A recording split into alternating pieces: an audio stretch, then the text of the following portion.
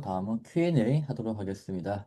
이번 질문은 이제 참 난감한 게 회사에서 IR 그리고 공시 담당자를 하게 되면 어느 한쪽만 하는 경우는 별로 없고요. IR, 공시 그리고 이제 기획 업무 그리고 일정 부분의 이제 법률 약간의 법 관련된 업무도 하게 되는데 전혀 베이스가 없다 보니까 이런 질문도 하고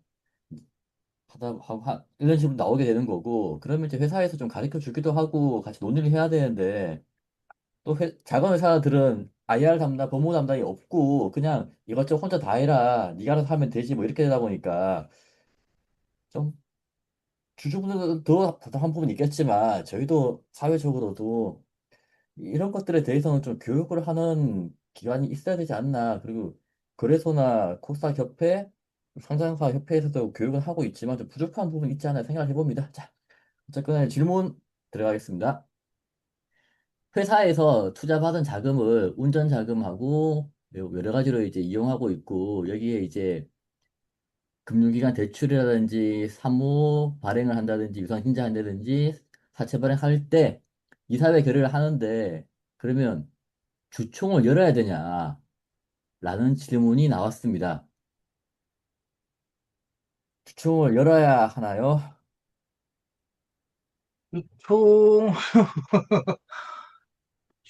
반대로 물어보면은 주총을 안 열어도 되나요? 라고 물어본다면 그게 맞습니다. 근데 임시주총을 열어야 하는 게 맞는 건가요? 주총이야 뭐 열고 싶으면 여는 건데, 안건이 좀 이상하죠. 주주총회에서 모든 걸 뭐, 주주들이 논의할 수 있는 장이 주주총회니까 모든 걸 논의할 수 있는데, 최소한 이제 법에서는 주주총회 안건들, 보통결의하고 특별결의 안건들을 정해놓은 게 있죠. 이제 그 안건들 이외 것들은 주총은 안 열죠. 주총은 안 열죠. 그래서 이사회 결의 임시주총을 열어야 하는 게 맞는 건가요? 앞부분의 질문이 운전자금 이용, 금융기관 대출, 사모, 유상증자, 사채 발행. 요것들에 대해서는 임시 주주총회에서 결의가 없어도 이사회 결의로만도 가능합니다. 아, 가능합니다. 맞는 건가요? 이건 잘 모르겠어요. 하고 싶으면 하는 거죠. 근데 이사회 결의로 가능하죠. 가능하죠. 이게 답변 보면 주주총회가 필요한 안건지 상법에서 정하는 꼭 주주총회 꼭 주주총회에서 논의해야 된다.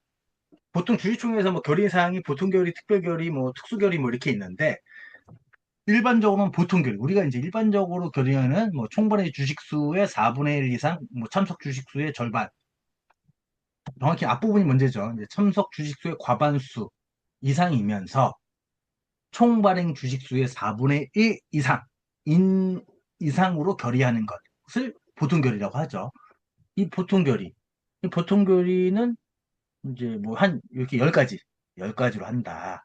그리고 정확히 보통결의 특별결의 사항을 제외한 나머지 사항을 다 보통결의 한다. 예시죠, 예시. 아까 침에 뭐 예를 들어서 뭐 사채 발행을 주주총회에서 한다라고 했을 때는 특별결의가 아니고, 특별결의는 뭐냐? 특별결의가 아니고서 요렇게 지금 16가지가 정해져 있고, 이 16가지 이외의 사항들, 여기 10가지가 아니더라도, 아까 예를 들어서 이제, 우리 회사는 사채 발행을 주주총회에서 결정할 거예요. 라고 얘기한다면, 보통 결의를 하는 거죠. 왜? 특별결의가 아니니까. 특별결의는 법에서 정한 요 16가지, 16가지, 16가지. 뭐, 정관 변경. 특별결의는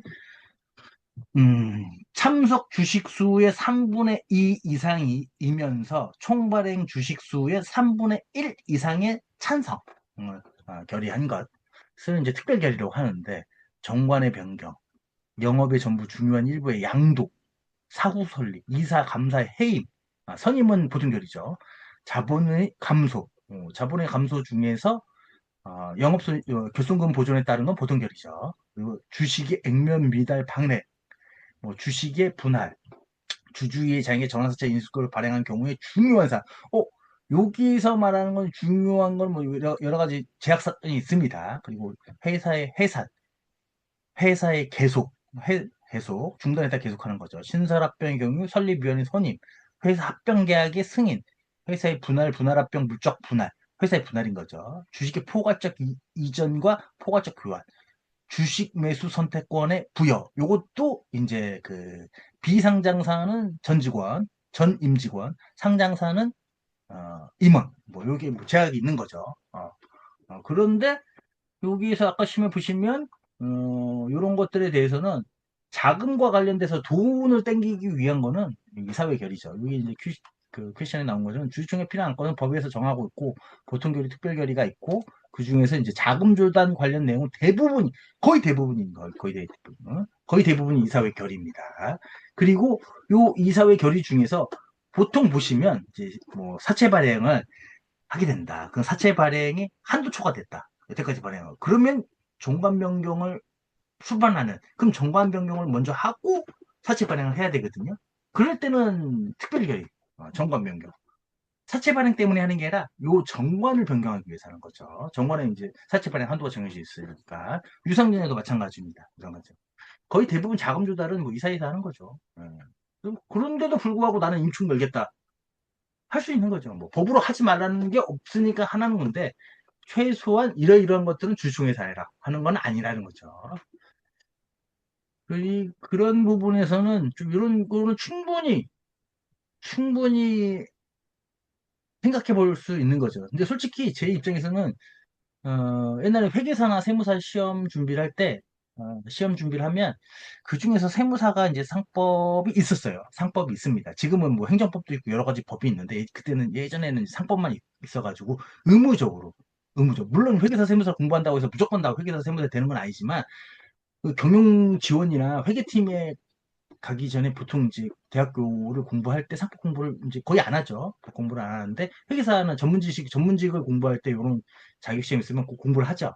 그 사람들이 보통 이제 뭐 회사에 들어가게 되면 경영 쪽에 많이 들어가고 회계팀이나 이런 데 가면 이런 내용들 기본적으로 아는 거고 이런 걸 생각해 보면은 이제 공시 담당자들도 이제 리그적인 부분과 재무적인 부분이 이제 같이 믹서가 되는 부분이 있기 때문에 좀 상법 그 중에서 이제 공시 담당자들은 상법하고 자본시장 통합법 그리고 이제 공시 규정들 이런 것들을 좀 항상 공부를 해야 되지 않나. 기본적으로.